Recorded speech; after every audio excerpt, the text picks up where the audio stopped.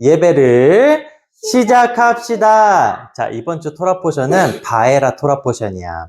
오늘은 아빠가 이렇게 다리를 다쳐가지고 앉아서 설교를 하게 됐는데, 우리는 항상 우리 삶에 어떤 일이 일어날 때 토라의 기인에서 우리의 삶을 해석할 줄 알아야 돼.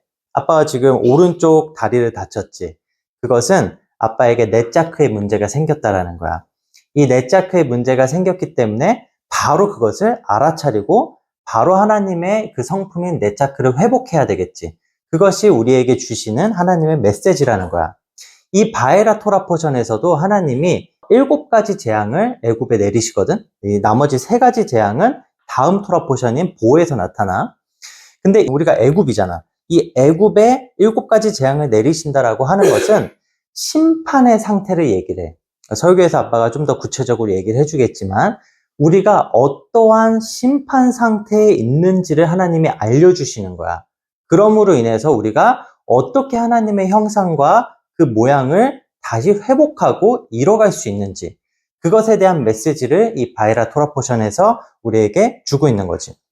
우리가 분명히 기억을 해야 되는 것은 우리가 걸어가는 이 영적 여정이라는 것은 계속해서 우리가 하나님의 형상과 모양을 이뤄가야 한다라는 것, 그것을 잊지 마세요. 자, 우리가 이번 주 이 바에라 토라 포션을 통해서 하나님의 메시지를 배워봅시다. 아시겠죠? 자, 하나님을 찬양합시다.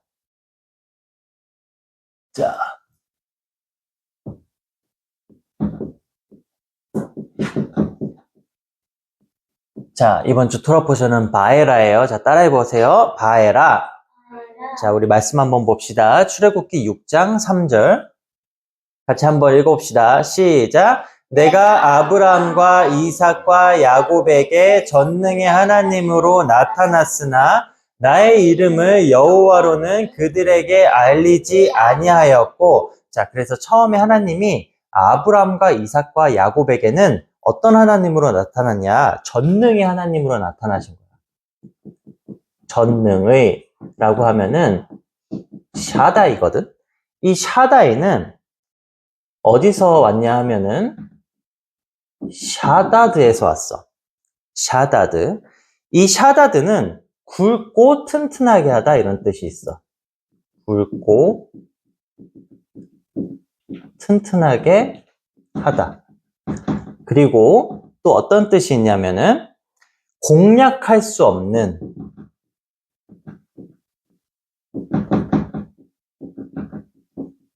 이런 뜻이 있어. 그래서 무슨 뜻이냐면은 하나님께서 아브라함과 이삭과 야곱에게 나타나셨을 때는 이스라엘이라고 하는 그 씨앗을 심으신 거야. 그래서 이 샤다이는 전능의 하나님도 있지만 이게 젖을 주는 가슴을 의미를 해. 그러니까 하나님이 그 씨앗을 주시고 이제 먹이시기 시작하신 거야. 젖을 주시기 시작하신 거야.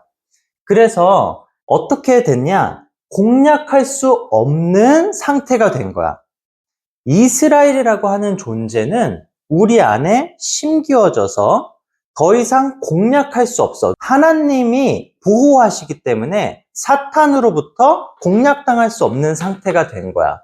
그래서 이 부분은 우리가 예수님을 믿으면 우리 가운데 새 생명이 생겨나고 이 새 생명이 결국은 하나님의 형상과 모양이 되는 데까지 자랄 것이라는 하나님의 메시지를 담고 있기도 한 거야.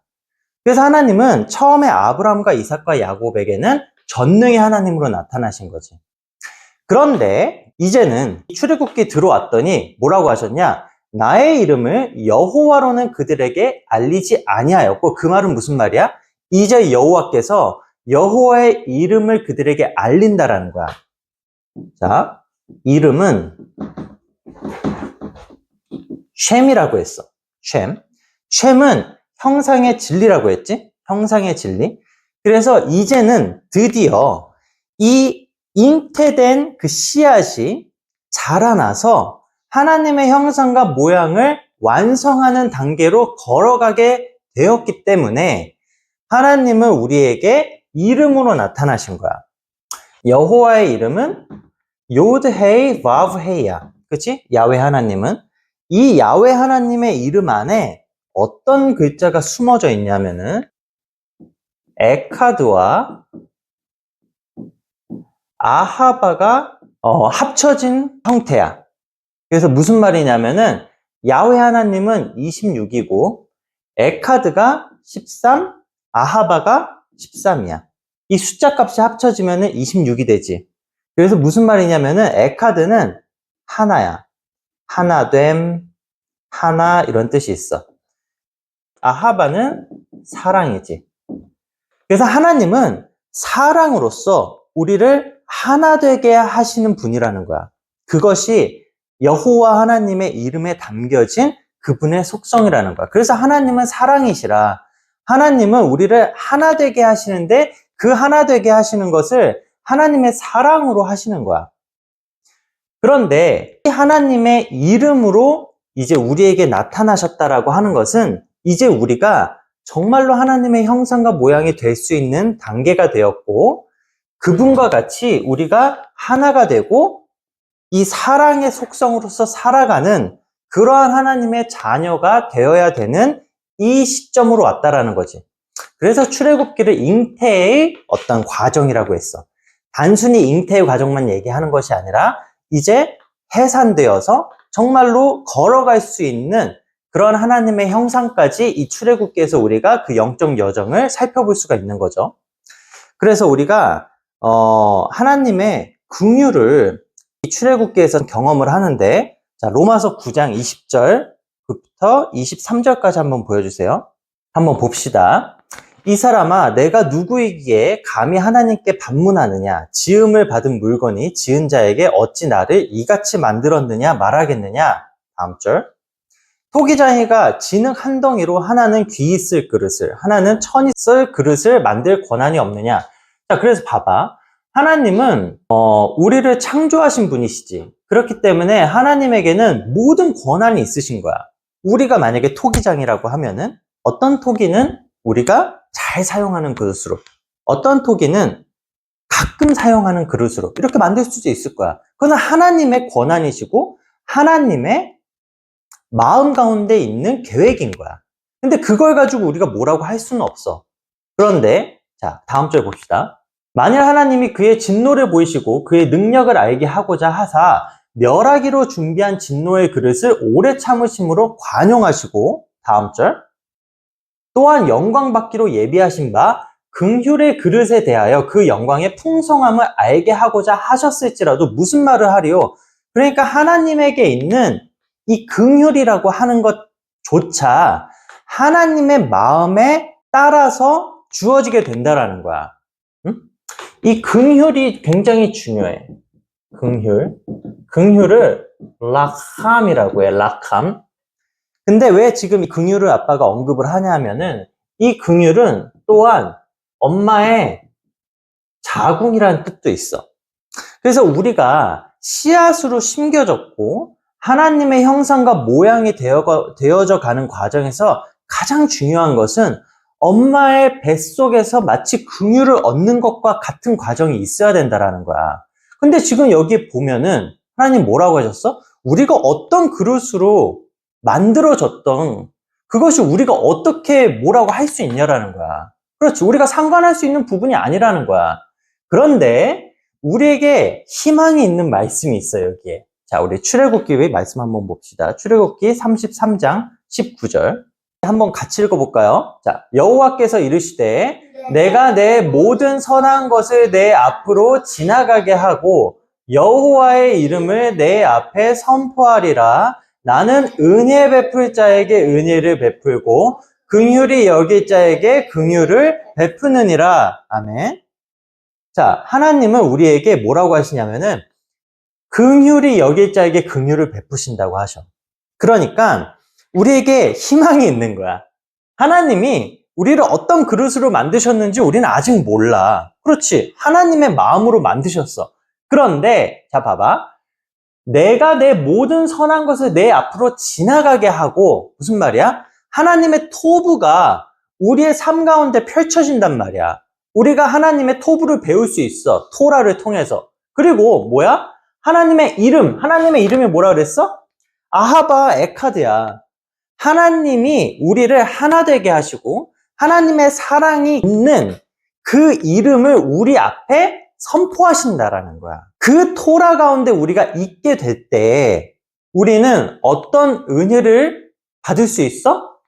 은혜 베풀 자에게 은혜를 베풀고 긍휼히 여길 자에게 긍휼을 베푸시느니라. 그러니까 무슨 말이냐면은 우리가 하나님의 형상에 대한 이해를 가지고 그 진리를 살아낸다면은 우리 가운데 그 긍휼이 있을 것이라는 거지. 아멘. 그것이 출애굽기에 하나님이 이스라엘 백성에게 베푸시는 그 은혜와 긍휼이라는 거야. 우리가 여기에서부터 이 여정을 이해를 해야 돼. 우리는 말 그대로 주장할 수 없어. 주님, 왜 저에게 이러한 삶을 주셨어요? 주님, 왜 제가 이런 어려움 가운데 있게 하셨어요? 아빠가 다리를 다쳐보니까 이 다리 다친 거 하나 때문에도 얼마나 삶이 불편해. 지금 일어나서 설교도 못해. 제대로 씻지도 못해. 엄마한테 모든 걸 다 부탁을 해야 돼. 걷지를 못하니까. 승재도, 그치. 승재도 도와주고, 우리 선이도 도와주고, 아빠가 할 수 있는 것이 너무 제한이 돼버렸어. 그런 어려움 가운데 빠졌다 할지라도, 과연 아빠가 하나님께 뭐라 할 수 있겠니? 못하는 거야. 왜냐? 내가 그릇이니까. 그런데, 우리에게 주신 희망이라는 것이 무엇이냐? 우리에게 토라가 있어. 우리에게 이 토라가 있고 그 토라를 통하여서 하나님의 토부를 배우고 하나님의 이름이 우리 가운데 선포가 되는 것을 경험하는 거야. 아멘? 이게 우리에게 있는 놀라운 은혜라는 거야. 그것이 우리 삶에 있을 때 나는 그 삶을 해석할 수 있고 또한 하나님의 그 긍휼 가운데서 하나님의 형상과 모양이 될 때까지 자라갈 수 있다는 거죠. 그래서 이 바에라 토라 포션을 보면은 하나님이 하나님의 형상과 모양이 되어져 가는 그 과정 중에서 우리의 형상과 모양을 먼저 보게 하시는 거야. 자, 하나님은 이스라엘을 애굽 땅에 넣어주셨어. 그리고 자라게 하시고 강성하게 하셨지. 그런데 우리의 자아라고 하는 이 애굽에서는 이 바로가 딱 또아리를 트고 있어. 절대 그 자리를 넘겨주지를 않아. 이 바로라고 하는 내 자아의 왕은 하나님의 백성을 보낼 생각이 없어. 보낸다라고 하는 의미는 무엇이냐면 하나님을 섬기게 하는 거야. 하나님을 섬기게 한다라고 하는 의미는 이제 하나님의 형상과 모양이 되기로 작정하고 그 길을 완전히 떠나서 하나님의 성전을 완성하는 단계까지 이르는 걸 얘기를 한다는 거지. 그런데 그렇게 되면 어떻게 되냐? 내 마음대로 살 수가 없어.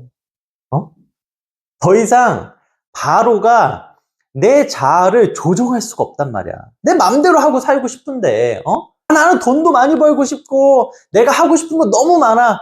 내가 하고 싶은 거를 완전히 누리면서 살 거야. 라고 하는 것이 내 애굽에 있는 그 바로의 목소리란 말이야. 그런데 그 이스라엘을 하나님의 형상과 모양 되게 계속해서 자라게 한다? 상상할 수가 없는 거지. 내 모든 이기적 삶을 포기해야 돼. 아빠가 이기적 삶이라고 표현을 해가지고 이 말이 딱 와닿지 않을 수도 있어. 근데 선이 먹고 싶은 거, 야, 너 그거 먹고 싶은 거 지금 너 친구 멜로디 갖다 줘. 응? 근데 그거 하나밖에 없어.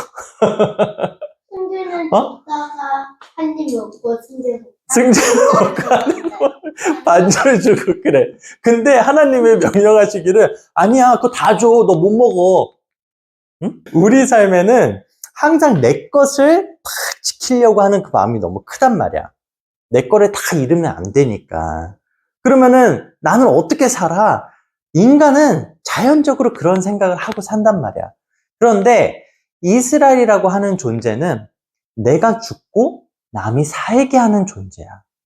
이스라엘이라고 하는 존재가 받는 것이 있는데 그 받는 것은 반드시 주기 위해서 있는 거란 말이야. 그것이 이스라엘의 목적이야. 이스라엘의 존재 의무야. 우리 안에 있는 이스라엘은 그렇게 살아가야 돼. 그런데 이 바에라 토라 포션에서 하나님이 가르치시고자 하는 것은 무엇이냐면은 너희가 그러한 이스라엘을 이제 하나님을 섬기게 이 영적 여정을 떠나 보내야 하는데 지금 너희가 어떤 상태에 있니? 너희가 이러한 상태에 있어 라는 것을 말씀해 주시는 것이 이 10재앙이야. 그 10재앙 중에 7재앙이 이 바에라 토라 포션에 나오거든. 그런데 바에라 토라 포션에서 분명하게 말씀을 하시는 부분이 있어. 이 10재앙을 내리신다라는 표현을 잘 봐야 돼. 자, 출애굽기 7장 4절을 봅시다. 자, 바로가 너희의 말을 듣지 아니할 터인즉, 자, 바로는 우리 말을 듣질 않아. 그치? 모세의 말을 듣질 않아. 내가 내 손을 애굽에 뻗쳐 여러 큰 심판을 내리고, 자, 뭐라고 돼 있어? 큰 심판을 내리고. 저 심판이 뭐야? 심판. 심판을 샤파트라 그래. 심판을 샤파트라고 하는데, 이 심판이라고 하는 것은 어떤 상태냐? 우리는 살면서 천국을 경험하기도 하고 지옥을 경험을 하기도 해. 이 천국과 지옥이라고 하는 것은 우리가 단순히 죽고 나서 경험하는 그런 세계가 아니야. 우리가 지금 이 삶을 살면서 이미 경험하고 있는 세계가 천국이기도 하고 지옥이기도 한 거지. 그래서 이 심판이라고 하는 개념은 무슨 말이냐면은 우리는 이미 심판을 받은 상태일 수도 있다라는 거야. 자, 말씀 한번 볼까요? 요한복음 3장 17절에서 18절. 자, 하나님이 그 아들을 세상에 보내신 것은 세상을 심판하려 하심이 아니요 그로 말미암아 세상이 구원을 받게 하려 하심이라. 자, 다음 절. 그를 믿는 자는 심판을 받지 아니하는 것이요 믿지 아니하는 자는 하나님의 독생자의 이름을 믿지 아니함으로 벌써 심판을 받은 것이니라. 아멘? 뭐냐? 하나님의 독생자의 이름을 믿지 아니함으로 벌써 뭐라고? 심판을 받은 것이니라. 그러니까 우리는 이미 이 삶을 살고 있는 상황에서도 하나님의 심판을 이미 받았을 수도 있다라는 거야. 어쩌면은 우리가 에카드에 믿음이 없다면 독생자의 이름이라고 하는 것이 에카드의 이름이야. 그래서 그를 믿는 자는 심판을 받지 아니하는 것이요. 우리가 이 에카드의 진리 가운데서 산다면은 심판을 받지 않은 것이지만 우리가 하나가 되고 우리의 경계를 허물어서 누군가와 하나가 될 수 있는 삶을 살아야 된다라는 것. 그것이 뭐라 그랬어? 그것이 하나님의 형상과 모양이야. 그것을 믿지 않는다면 우리는 이미 심판을 받았다라는 거야. 그 심판을 받은 것이 지금 애굽의 재앙으로 나타난다라는 거지. 그 상태가 애굽의 재앙이라는 거야. 그래서 이제 하나님이 애굽의 그 재앙을 내리시기 시작하시지. 자, 우리는 이제 재앙을 볼 건데, 자, 출애굽기 7장 17절에서 18절 보여주세요. 하나님이 재앙을 내리시는 순서 또한 우리가 잘 이해를 해야 돼. 하나님은 믿음의 영역부터 보여주시는 거야. 너희의 믿음이 지금 어떠한 상태다. 이거를 먼저 보여주시는 거야. 그래서 피재앙부터 나와. 좀 아까 뭐였어? 요한복음 3장에서 너희가 독생자의 이름을 믿는 것. 이 믿음이라고 하는 영역이 중요한 거야. 자, 1번 피재앙이거든. 자, 피재앙 말씀부터 봅시다. 자, 여호와가 이같이 이르노니 내가 이로 말미암아 나를 여호와인 줄 알리라. 볼지어다 내가 내 손의 지팡이로 나일강을 치면 그것이 피로 변하고, 그렇지? 피로 변한다고 돼 있어. 그래서 이 피는 담이야, 담이야. 그런데 이 피재앙과 대응되는 하나님의 성품을 뭐라고 했냐면은 말쿠트라 그랬어.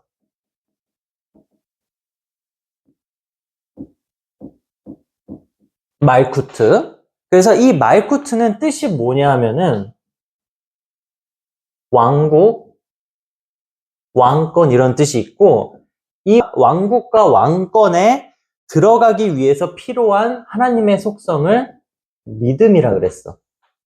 응? 자, 봐봐. 이 담이라고 하는 글자는 어디에서 왔냐 하면은 담암에서 왔어. 담암.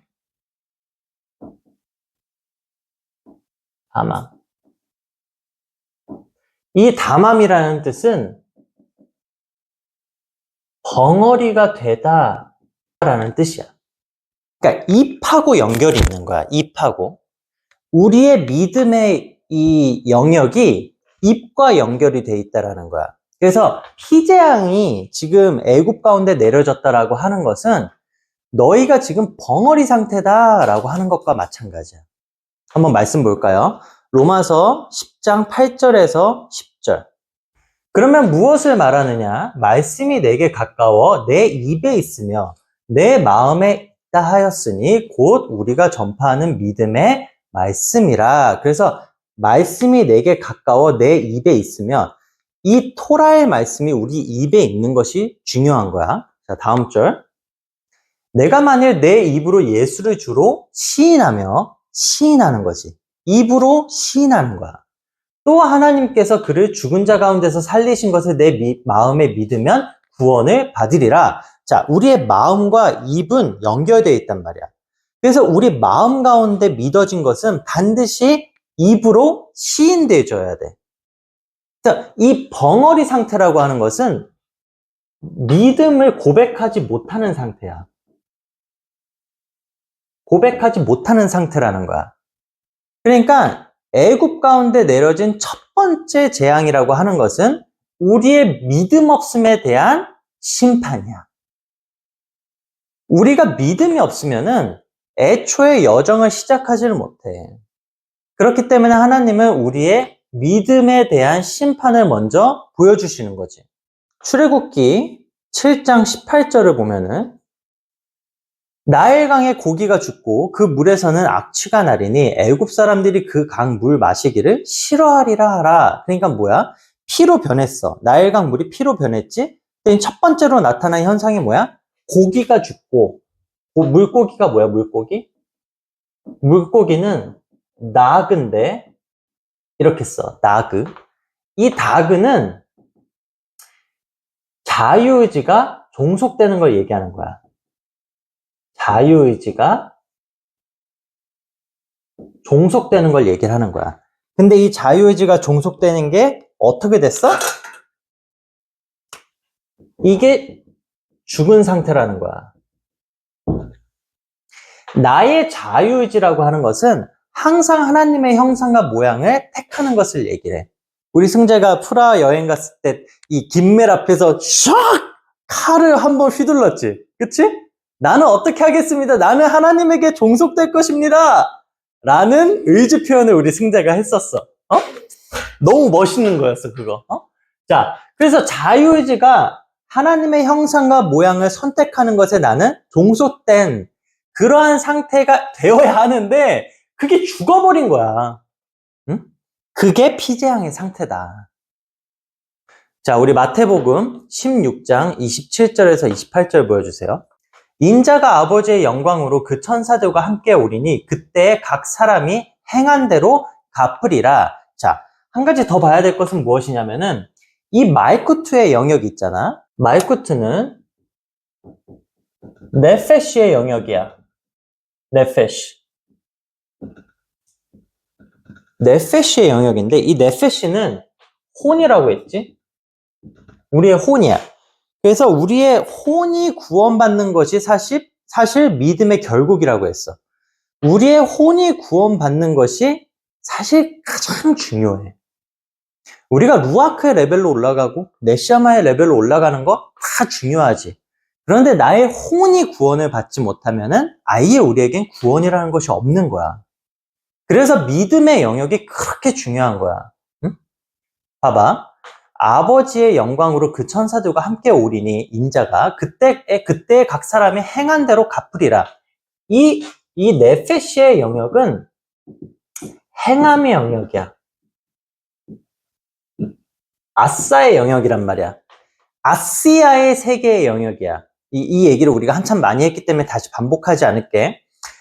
행한 것이 그렇게 중요하다라는 거야. 그래서 혼이 구원을 받기 위해서는 우리가 토라에서 배운 대로 살아가는 것이 중요한 거야. 우리 몸이라고 하는 것이 그냥 있는 게 아니야. 우리의 몸은 처음에는 육신의 소욕에 의해서 우리의 이기적 자아대로 살아가게 되어 있지만 반드시 토라에 의해서 우리가 티쿤의 과정을 겪어서 하나님의 형상과 모양을 이루기 위한 그 행함의 영역에서 이 삶을 살아가야 돼. 그러할 때 우리의 네페시는 구원받을 수 있는 거지. 자, 다음 절. 아주 재미있는 것이 이 구절에 하나님이 이 말쿠트의 영역과 함께 연결해서 말씀을 하셔. 진실로 너희에게 이르노니 여기 서 있는 사람 중에 죽기 전에 인자가 그 왕권을 가지고 오는 것을 볼 자들도 있느니라. 그래서 왕권이라고 하는 이 말쿠트, 믿음의 영역에 대해서 강조하시는 거야. 우리는 반드시 살아있는 자로서 하나님의 왕권을 바라보게 될 것이야. 아멘? 우리는 하나님의 왕국에 들어가야 되는데 하나님의 왕국에 들어가는 가장 첫 번째 그 요소가 믿음이라는 거지. 그래서 우리에게 있는 하나님의 성품이 이 믿음의 성품이 있어야 돼. 그러므로 인해서 우리가 하나님의 몸에 참여하게 되는 거야. 자, 우리 두 번째 재앙을 한번 봅시다. 개구리 재앙이에요. 자, 출애굽기 8장 6절에서 7절 보여주세요. 두 번째는 개구리 재앙. 자, 아론이 애굽 물들 위에 그의 손을 내밀매 개구리가 올라와서 애굽 땅에 덮이니. 자, 개구리 재앙이지? 봐봐. 개구리 재앙은 쯔파르데아야. 쯔파르데아. 쯔파르데아는 무슨 뜻이 있냐면은 늪이라고 하는 뜻이 있어. 늪. 늪이 뭔지 알아? 점점 빠져드는 거야. 만약에 발을 잘못 내딛잖아. 그러면 점점 빠져서 나올 수가 없어. 근데 어떻게 하면은 못 나오는지 알아? 내가 살려고 하면 못 나와. 늪이라고 하는 것은 내가 살려고 하면은 더 죽는 곳이야. 그래서 우리는 이 쯔파르데아의 재앙이 우리에게 있다라고 하면은 이 말씀을 기억해야 돼. 마가복음 8장 35절 보여주세요. 누구든지 자기 목숨을 구원하고자 하면 잃을 것이요. 누구든지 나와 복음을 위하여 자기 목숨을 잃으면 구원하리라. 무슨 말이야? 이 늪이라고 하는 것은 살고자 하면은 죽는 것. 그리고 자기 목숨을 잃고자, 죽고자 하면은 사는 것이야. 응? 그래서 개구리 재앙이 우리에게 있다라고 하는 것은 우리가 지금 살고자 하기 때문에 너희는 더 죽을 수밖에 없다라는 메시지를 주시는 거야. 우리 디모데후서 2장 11절 한번 더 봅시다. 미쁘다 이 말이여 우리가 주와 함께 죽었으면 또한 함께 살 것이요. 자, 우리에게는 죽으면은 살 수 있다라는 부활 생명에 대한 신앙이 있는 거야. 우리는 죽어야 사는 존재들이지. 근데 막상 죽으려고 하면은 어때? 아파. 그냥 못 죽어. 그치? 누가 널 죽이려고 그래? 두려워. 그치? 그래서 막 살려고 한단 말이야. 늪에 빠진 사람이 얼마나 살려고 하겠어. 공포가 밀려오는 거야. 점점 이 땅속으로 빨려 들어가고 있잖아. 그러니까 얼마나 무서워. 두려우니까 막 그냥 발버둥을 치고, 근데 발버둥을 칠수록 더 빠져들어가서 죽음 가운데로 들어가는 거지. 그런데 우리는 살고자 하면 더 죽는다라는 거야. 응? 이것과 이제 연관된 하나님의 성품이 뭐가 있냐? 자, 예소드인데, 예소드는 이렇게 써요. 예소드는 무슨 말이냐면은 덕이라는 뜻이야. 덕, 그리고 비밀이라는 뜻도 있어. 비밀. 그래서 우리 스스로를 막 살리고자 하면은 덕이 안 돼. 너희 한번 잘 돌아봐 봐봐. 막 그렇게 나 혼자 살고 싶어서 막 발버둥 치는 사람들 보면은 그 덕이 되니? 그 덕이 안 돼. 내 것을 막 나눠주고 서로 같이 살고자 하고 나를 오히려 희생하는 사람들을 보면은 덕이 되지. 그게 하나님의 비밀의 영역이야. 우리는 한 번도 죽어보려고 하질 않았으니까 진짜 죽으면은 사는지를 몰라. 근데 한번 죽어봐. 진짜 우리가 죽으려고 하면은 살게 돼. 그걸 반드시 경험을 해야 돼. 이제 이 예소드부터 루아크의 레벨로 넘어갈 수 있게 돼. 루아크. 이 루아크의 영역으로 넘어간다라고 하는 것은 이제 완전히 한 단계가 넘어가는 거야. 우리가 드디어 혼적인 이 영적 상태에만 머물지 않게 되고 이제 영적인 수준으로 점프를 하게 되는 거야. 그런데 잘 보면은 여기에 그 과정에 대해서도 어떻게 세상에서 이것들을 나타내는지를 우리가 발견할 수가 있어. 한번 볼까? 출애굽기 7장 22절 보여주세요. 애굽 요술사들도 자기들의 요술로 그와 같이 행함으로 바로의 마음이 완악하여 그들의 말을 듣지 아니하니 여호와의 말씀과 같더라. 자, 피장이 지금 내려졌는데 그것을 애굽 요술사들도 똑같이 따라해. 그러니까 무슨 말이냐면은 우리가 이 혼적인 영역을 살아갈 때는 세상에서도 그것들을 다 똑같이 행할 수가 있게 돼. 봐봐. 이제 출애굽기 8장 7절 보여주세요. 8장 7절을 보면은 요술사들도 자기 요술대로 그와 같이 행하여 개구리가 애굽 땅에 올라오게 하였더라. 그러니까 애굽의 요술사들도 이 예소드의 영역까지는 따라해. 자, 근데 어디서부터 못 따라하냐? 출애굽기 8장 18절 보여주세요. 이 다음 영역이야. 요술사들도 자기 요술로 그같이 행하여 일을 생기게 하려 하였으나 못하였고, 그치? 그러니까 요 다음은 이제 좀 이따 하겠지만 예소드 다음에 호드의 영역이야. 그러니까 호드의 영역부터는 따라할 수가 없는 거야. 무슨 말이냐면은 예소드부터 헤세드까지 모두 루아크를 완성하는 영역이야. 우리가 이 예소드부터 헤세드까지의 하나님의 성품을 완성했다라고 하는 것은 우리가 루아크의 레벨을 완성했다라는 의미하고 동일한 얘기거든. 그런데 이 세상에서도 잘 보면은 이 세상 종교 그리고 이단에서도 이런 영적인 현상들을 나타내는 사람들이 있어. 실제로. 그래서 우리가 미혹되기도 한단 말이야. 잘 보면은 이 덕과 비밀의 영역까지는 그들이 어떻게 해서든 따라 해내. 그런데 그 이상으로 가잖아? 더 이상 그것을 따라 해낼 수가 없는 거야. 우리가 여기에 미혹되면 안 돼. 그래서 이 루아크의 레벨이라고 해도 다 같은 것이 아니야. 우리가 한 단계씩 올라가서 헤세드까지 완성을 해야 되는데 하나님이 지금 각각의 영역에 있는 애굽의 심판 상태를 이 7개의 재앙을 통하여서 이 바에라 토라포션에서 보여주신단 말이야. 그러니까 이것을 이해를 할 때 우리는 이 예소드에서 요술사들이 따라했던 이 마법에 현혹되지 않을 수가 있는 거지. 자, 우리 이 재앙으로 한번 넘어가 봅시다. 출애굽기 8장 16절. 자, 이 재앙이야, 이 재앙. 자, 여호와께서 모세에게 이르시되 아론에게 명령하기를 내 지팡이를 들어 땅에 티끌을 치라 하라. 그것이 애굽 온 땅에서 이가 되리라. 그렇지. 자, 이는 뭐냐면은 킨님이라고 해. 킨님. 이거 아까 안 썼네. 이거는 제파르데아라고 해. 제파르데아. 자, 그래서 이 재앙은 키님이거든. 근데 이 키님은 어디서 왔냐 하면은 캔에서 왔어. 캔. 여기 이제 캔이 보이지? 이 캔에서 온 거야. 근데 이 캔이라고 하는 것은 yes야. yes. 그대로 하는 것이야. 그래서 이 다음 절 한번 보여주세요. 그들이 그대로 행할세라고 하는 게 뭐라고 나와 있냐면은 vayasu can 이라고 돼 있어. vayasu can. 그러니까 그들이 그대로 했다. 그들이 yes하고 했다. 이런 뜻이야. 현대 히브리어에서도 can이라고 하면 yes잖아. 그래서 yes를 했다라는 건데 잘 들어봐. 이제부터 중요한 얘기야. 키님이라고 하는 것은 이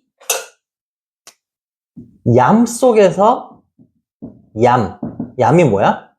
물이야, 물. 물 속에서 캔을 했다라는 거야. 자, 이 키님, 이라고 하는 것은 각닭인데, 이게 각닭이거든, 각닭이. 피를 빨아먹는 거야. 이 각닭이는 캔으로 못 쓰여져. 반드시 복수형으로만 쓰여져야 돼. 이 키님이라고만 써야 돼. 그런데 원래의 글자는 캔이야. 그러니까 원래는 can으로 써야 하는데 이유는 모르겠지만 히브리어에서 닥다기를 표현을 할 때는 반드시 키님으로 쓰게 되어 있어. 무슨 말이냐면은 물 속에서만 yes를 한다라는 거야. 무슨 말이냐? 다시 한번 얘기를 해줄게. 모세가 어떤 뜻이 있었어?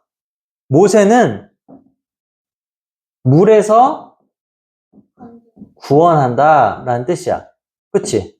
건져내다. 우리는 반드시 물에서 건져줘야 돼. 물로부터 구원받아야 돼. 응? 그래서 이 출애굽기에서는 전부 애굽의 그 군대가 물에 수장되져 버리잖아. 그러니까 우리는 물 밖으로 나와야 돼. 그런데 이재앙이라고 하는 것은 무슨 말이냐면은 물 속에서만 예스를 외치는 거야. 나와야 하는데. 그래서 이것이 하나님의 성품에 뭐와 연결이 되냐? 뭐와 연결이 되냐? 호드하고 연결이 되는 거야. 호드. 호드가 순종, 순복 이런 뜻이 있어. 그래서 우리는 yes, 네 주님 하겠습니다. 순종을 하는데 물속이 아니라 이제 물 밖으로 나와서 yes를 하는 거야. 이제 주님께서 우리에게 말씀하시는 어떤 토라의 명령이 있다. 하나님의 그 명령에 미츠보트에 순종하고 나아가야 하는데 그것을 여전히 안전한 나의 지대에서 yes를 하는 것이 아니라 주님께서 이끄시고자 하는 그 영역에서 yes를 하는 거야. 그것이 하나님이 우리에게 원하시는 순복의 성품이라는 거지. 아멘? 우리는 반드시 하나님의 순종을 해야 돼. 내가 원하는 순종이 아니야. 사람들은 때때로 나의 순종을 하면서 하나님의 순종이라고 착각을 해. 내가 하고 싶은 걸 하면서 주님 저 이걸 따랐습니다. 아니야. 하나님이 원하시는 순종은 물속에서의 순종이 아니라는 거야. 내가 너를 이제 그곳에 가게 하겠다. 너는 이제 물속에서 나와서 내가 걷게 하는 그 길로 걸어가야 한다. 그 가운데 나에게 예스를 외쳐라. 이렇게 말씀을 하시는 거라고. 그러할 때 우리는 호드를 얻을 수 있어.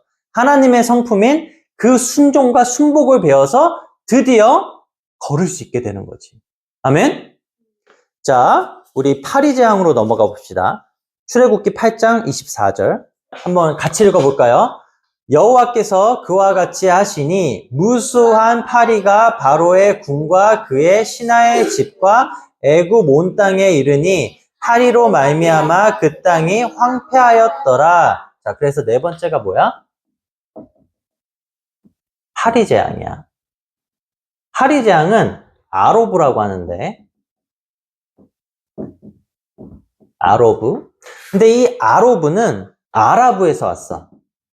똑같은 단어야. 아라브. 아라브에서 왔는데 이 아라브의 뜻은 무엇이냐면은 혼합하다야. 혼합하다. 그래서 우리에게 이 혼합된 세계가 있다라는 거지.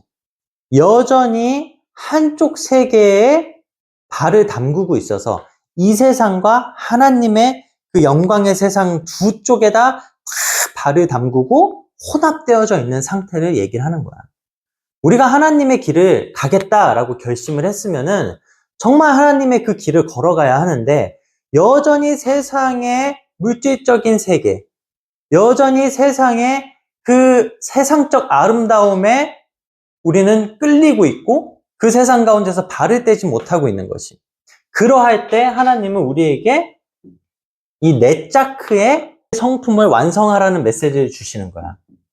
자, 이 파리제항과 대응되는 하나님의 성품을 네자크라 그래. 자, 따라해보세요. 네자크.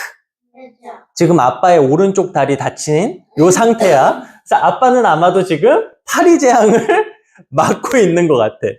이 파리제항을 맡고 있다는 뜻은 무엇이냐? 네자크는 절제, 승리 이런 뜻이 있어. 그러니까 아마도 아빠가 지금 절제를 못하고 있는 부분이 있고 또 뭔가 승리하지 못하는 상태가 있는 것 같아. 그래서 하나님이 오른다리를 치신 것 같아. 그래서 아빠가 아마도 이 하나님의 길을 정말 열심히 걸어가야 하는데 아직도 세상의 어떤 부분을 놓지 못하고 있는 그러한 상태이기 때문에 이 파리재앙을 아빠에게 지금 주신 게 아닐까. 이렇게 아빠가 생각해보고 있어. 자, 봐봐. 그래서 우리는 항상 내가 이 세상과 하나님의 그 영적인 세계로 가는 것을 둘 다 우리가 붙잡고 있는 것인지 아닌지 돌아봐야 돼. 이 단계는 쉬운 것이 아니야. 왜냐하면은 잘 봐봐. 우리가 살아가려고 하면은 물질이 필요할까, 필요하지 않을까? 필요하겠지. 먹을 것도 필요하고, 탈 것도 필요하고, 마실 것도 필요하고, 모든 것이 우리에게 이 물질적인 부분으로서 필요해. 그런데 내가 무엇을 먼저 둘 것이냐? 응? 나의 우선순위가 무엇이냐? 이 혼합이라고 하는 것은 공존한다라는 개념보다 내가 무엇을 먼저 두었느냐라는 개념이야. 그래서 나의 생각 가운데 세상에 먼저 있다면은 나는 이 파리재앙에 있는 것이겠지. 그래서 하나님이 그 심판 가운데 있다라는 것을 알려주시는 거야. 자, 5번째 재앙으로 넘어가 봅시다. 출애굽기 9장 3절. 그래서 5번 봅시다.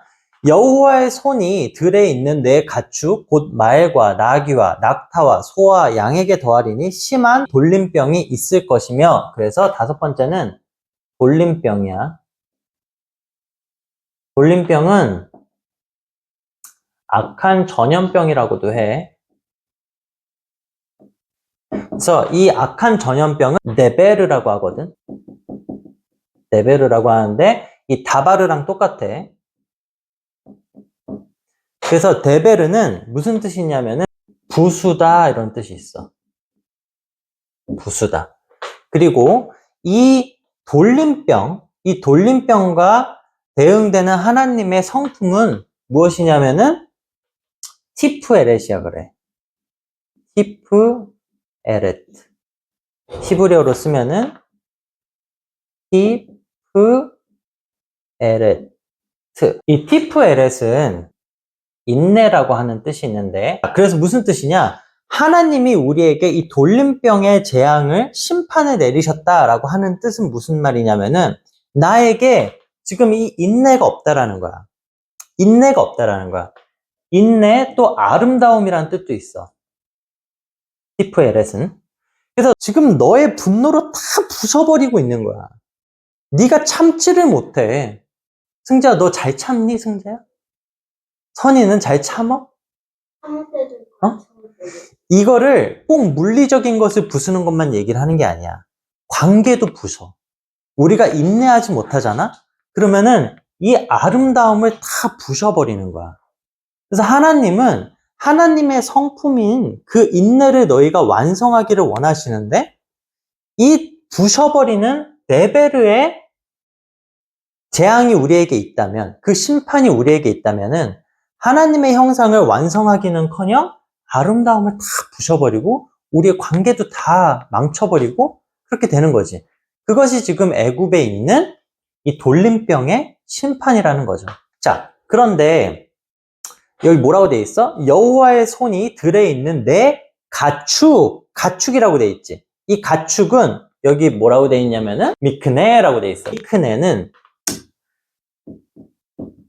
미크네라고 하는 것은 가축인데 이 가축이 무슨 뜻이 있냐? 재산이라고 하는 뜻에 있어. 재산. 그래서 우리는 재산에 문제가 생기잖아? 그럼 다 부숴버리는 거야. 응? 너희에게 있는 재산이라고 하면 뭐겠어? 만약에 장난감, 태블릿, 핸드폰. 야, 그 재산이라고 얘기하니까 막 탁탁탁탁 튀어나오잖아. 내가 가지고 있는 거야. 재산은 나에게 너무 소중한 거야. 근데 그 재산에 그냥 막, 다 이 돌림병이 탁 붙어가지고 하나님이 우리에게 지금 얘기하시는 게 무엇이냐? 우리에게 있는 이 소유의 개념을 버리라는 거야. 응? 나에게 있는 하나님의 성품, 그 완성되어져야 할 하나님의 성품은 인내야. 그러니까 아름다움이야. 그런데 우리 재산에 문제가 생긴다? 우리는 그 견딜 수가 없지. 응? 자, 우리 6번, 6번째 재앙으로 넘어가 봅시다. 출애굽기 9장 9절. 그 재가 애굽 온 땅에 티끌이 되어 애굽 온 땅의 사람과 짐승에게 붙어서 악성 종기가 생기니라. 이 악성 종기야. 6번. 악성 종기. 악성 종기는 쉐킨이라고 하는데, 쉐킨이라고 해요, 쉐킨. 그런데 이 쉐킨은 태우다라고 해요, 태우다. 태우다. 근데 이 악성 있지? 악성이라고 하는 것도 뜻이 있어. 아바부아라고 하는데, 아바부아. 그치? 아바부아. 그래서 이 아바부아도 뜻이 있어. 이거는 내뿜다 이런 뜻이야. 그러니까 무슨 뜻이냐? 태워서 내뿜어 버리는 거야. 응? 태워서 내뿜어 버리는 거야. 그래서 여전히 우리의 에고는 태우고 내뿜고 막 상상이 되지. 우리에게 마음에 들지 않는 것이 딱 있어. 그러면 우리는 그냥 처단해버리고 다 태워버리고 다 내뿜어버리고 그러는 거야. 그래서 이 영역과 대응되는 하나님의 성품이 뭐냐면은 게브라야. 게브라야. 이 게브라는 어떤 성품이냐면은 경건 그리고 용서란 뜻이 있어. 그러니까 무슨 말이냐? 우리에게 이 악성 종기의 심판이 내려졌다라고 하는 것은 우리가 이렇게 태워버리고 내뿜는 그러한 성질 가운데서 살고 있을 때 이제 네가 하나님의 그 용서를 담아서 용서의 삶으로 나아가라. 그리고 하나님의 그 경건 가운데 들어가라 라고 하는 하나님의 메시지가 있는 거야. 이 심판 가운데. 우리는 반드시 하나님의 그 성품 가운데 다다라야 합니다. 아멘? 자, 우리 마지막 7번째 재앙 한번 볼게요. 7번째 재앙은 이제 우박 재앙이야. 자, 출애굽기 9장 23절 보여주세요. 자, 우박 재앙이야. 자, 모세가 하늘을 향하여 지팡이를 들매 여호와께서 우레소리와 우박을 보내시고 불을 내려 땅에 달리게 하시니라. 여호와께서 우박을 애굽 땅에 내리심에. 자, 잘 보자. 자, 우박이라고 하는 것은 마라드야.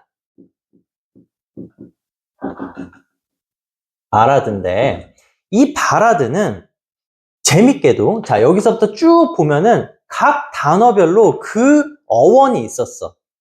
근데 이걸 아빠가 찾아봤는데 바라드는 어원이 없어. 그냥 이 우박 그 자체야. 이러할 때 하나님은 이 히브리어 가운데 그 비밀을 숨겨두신 거야. 이걸 잘 봐야 돼. 그래서 이 바르라고 하는 것은 아들이고 달렛은 종속을 의미를 해. 그래서 아들에게 종속되라 라는 것을 우리에게 내려주시는 거야. 아멘? 자, 그런데 뭐가 같이 오냐 하면은 우레소리하고 불이 같이 와. 여호와께서 우레소리와 우박을 보내시고 또 뭐가 있어? 불이 있잖아. 그래서 우레소리는 뭐냐? 우레소리는 콜이라 그래. 콜. 그래서 이 콜은 목소리도 있지만 울부짖다 이런 뜻이 있어. 그리고 하나 더 보자. 불은 뭐냐? 불은 애쉬인데 애쉬 이렇게 써. 이 애쉬는 신성의 형상이야. 그러니까 신적인 형상이야. 신적인 형상. 그래서 이 우박은 해석하기가 가장 어려운 부분이야. 왜냐? 이 우박과 연결된 하나님의 성품이 뭐냐면은 헤세드거든. 헤세드는 우리가 설명을 할 수가 없어. 왜냐하면 무조건적인 사랑이거든. 무조건적인 사랑을 어떻게 해석을 하겠어? 그치? 그냥 이유가 없는 거야. 다 줘버리는 거야. 그래서 우리가 헤세드까지 완성을 하잖아. 봐봐. 여기 예소드부터 예소드, 그 다음에 호드, 네짝, 그 다음에 티페렛, 게브라, 헤세드까지 완성을 하면은 드디어 루아크의 레벨을 완성하는 거야. 응? 그래서 이 루아크를 완성하는 방점은 반드시 우리가 헤세드를 얻었을 때만 가능해. 이 우박에 대한 해석은 그래서 반드시 이렇게 되어야 돼. 아들에게 종속되라 라고 하는 하나님의 울부짖음이 우리에게 있는 거야. 어떻게? 신적인 형상을 완성하라고. 그래서 우박재앙에 자 마지막에 뭐라고 되어 있냐면은 우박을 애굽 땅에 내리심에 라고만 되어 있지만 이 우박을 내리실 때 우레소리하고 불이 반드시 함께 있다라는 거야. 그 말은 하나님의 울부짖음이 우리에게 있다라는 거야. 하나님의 목소리가. 그 하나님의 목소리, 아들에게 종속되라. 그 아들에게 종속되어서 아들을 믿는 믿음으로, 아까 뭐라 그랬어? 하나님의 이름을? 에카드와 아하바라 그랬잖아. 그 하나 되게 하시려는 하나님의 사랑을 네가 이해하고 그 신적인 형상을 이제 완성해라. 그것이 아들 되신 예수 그리스도가 우리에게 오신 이유야. 그래서 예수님이 오셔서 우리에게 루아크로 등장하셔. 우리는 네페시로 존재를 했지, 처음부터. 그래서 예수 그리스도에 의해서 우리는 이 네페시를 완성하게 되고 드디어 이 헤세드를 완성함으로 인해서 우리는 네샤마 하야까지 갈 수 있게 돼. 아멘? 이것에 대한 우리가 분명한 이해가 있어야 돼. 오늘 우리가 7가지 재앙을 배웠는데 이 7가지 재앙은 이제 나머지 3재앙에 들어가기 전에 우리에게 있는 이 심판의 상황이라는 거지. 우리 영혼 가운데 있는 상황이라는 거야. 우리가 이 7가지 재앙이 없다라고 생각할 수가 없어. 잘 생각해봐. 우리는 애굽 그 자체야. 그리고 그 애굽에 있는 그 이스라엘을 어떻게 해서든지 쥐고 흔들고 더 이상 이 영향력을 미치지 못하게 하기 위해서 우리의 이기적 자아를 발동시켜서 사는 존재란 말이야. 그것부터 우리가 시작을 할 수가 있어.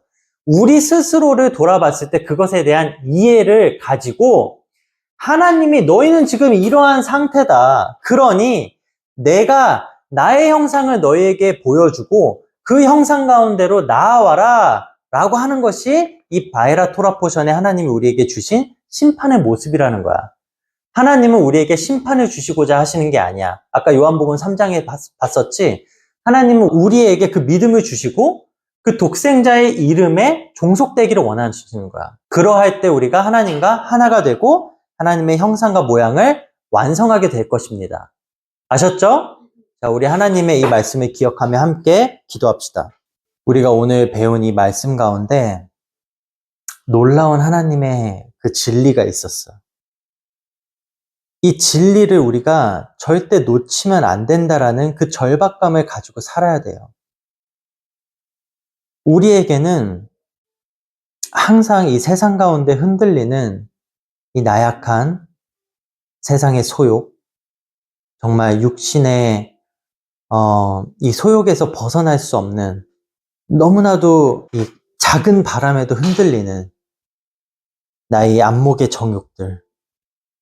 그래서 하나님이 우리에게 보여주시는 그 길로 곧바로 걸어갈 수가 없는 그러한 애굽의 형상들이 너무 많다라는 것을 우리가 이번 시간에 깨닫고 이제 하나님의 형상을 향해 나아가기를 원합니다.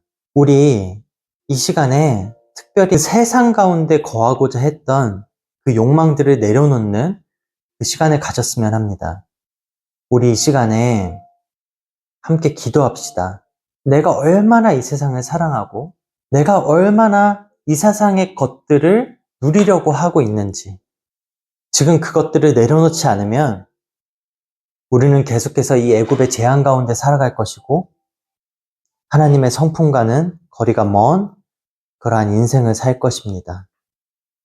우리 이 시간 하나님의 성품을 향해 한 걸음 내디딥시다. 우리의 삶을 돌아보고 이 시간 함께 기도합시다. 함께 기도하겠습니다. 주님, 제 마음 가운데 있는 이 육신의 소욕들을 주님 앞에 내려놓고 걸어가게 하여 주시옵소서.